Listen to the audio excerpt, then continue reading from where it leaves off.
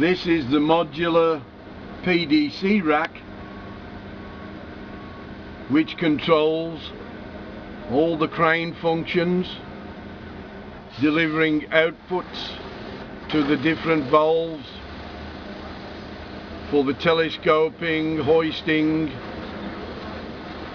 and for the winches of the system. This board here is the input board from the Profibus with all the sensors,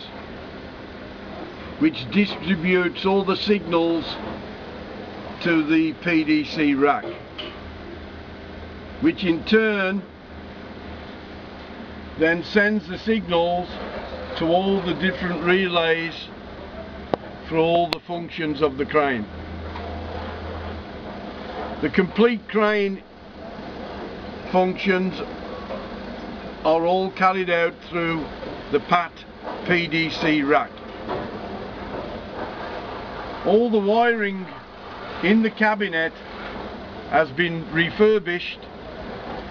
because of badly corroded terminals, and the wiring was all connected with new terminals to stop any further problems